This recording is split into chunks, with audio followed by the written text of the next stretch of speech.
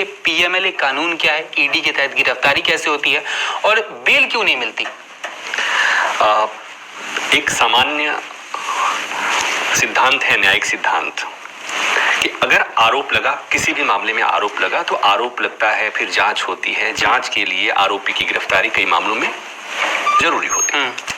तो गिरफ्तारी होती है और गिरफ्तारी के बाद अदालत में वो आरोपी बेल मूव करता है।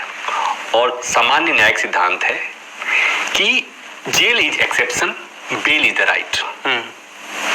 बेल आपका अधिकार है, जमानत आपका अधिकार है, और एक्सेप्शनल स्थिति में जमानत आपका मना किया जा सकता है।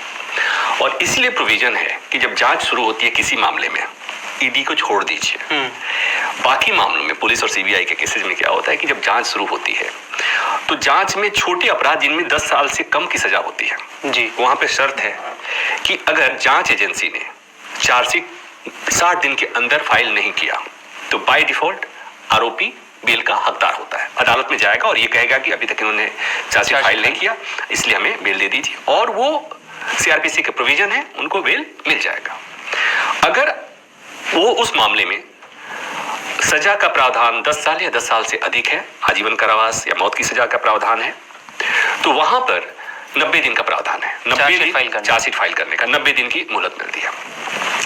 और अगर नहीं हुआ तो फिर आप, अब ये हो गया सामान्य मामले की बात।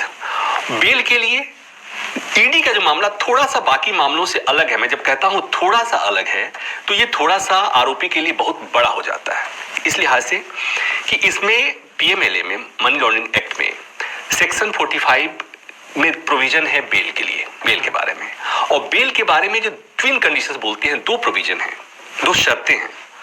पहली शर्त यह है कि आप प्राइमा फेसाई कोर्ट को कन्विंस करेंगे, कोर्ट में साबित करेंगे कि आपने अपराध नहीं किया है, ठीक है।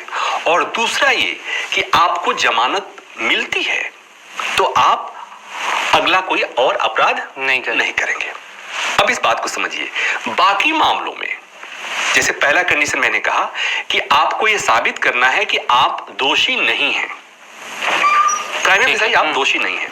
अब ये कंडीशन ऐसा है, जब बाकी मामलों में ट्रायल के बाद अदालत में ट्रायल होता है कि आप दोषी नहीं हैं, आप निर्दोष हैं, इसके लिए प्रॉपर ट्रायल चलता है।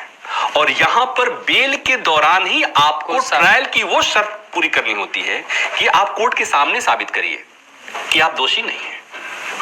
तो मतलब प्री ट्रायल स्टेज में कोई आरोपी ये कोर्ट को कन्विंस करे, ये साबित करे कि माय लॉर्ड मैं दोषी नहीं हूं, तब जमानत मिलेगी।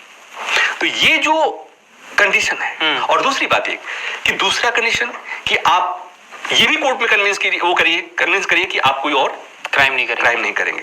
तो ये जो 2 कंडीशन है, बाकी मामलों में ये लागू नहीं होता है। तो यहां पर इसलिए कहते हैं कि ईडी के मामले में जो एक बार जेल चला गया तो या तो उसका एक्विटल ही होगा और नहीं तो उसको जेल में रहना पड़ेगा ट्रायल पूरा होने तक। इसलिए कि ये जो चीजें हैं, प्री ट्रायल स्टेज में कोई आरोपी ये कैसे साबित कर सकता है कि मैं दोषी नहीं। और ये जो 2 कंडीशंस हैं, इसको लेकर मनी लॉन्ड्रिंग एक्ट के इस प्रोविजन को सेक्शन 45 की जो इतना मुश्किल जो प्रोविजन है, इसको लेकर के सुप्रीम कोर्ट में एक नहीं 2 बार चैलेंज किया गया। एक बार चैलेंज किया गया था 2017 में, उस समय भी सुप्रीम कोर्ट ने इस पर सवाल खड़े किए और तब सुप्रीम कोर्ट ने इसे असंवैधानिक करार दिया था 2017 में। और उसमें कुछ ऐसे कंडीशन बताए गए थे, कुछ कमियां बताई गई थी।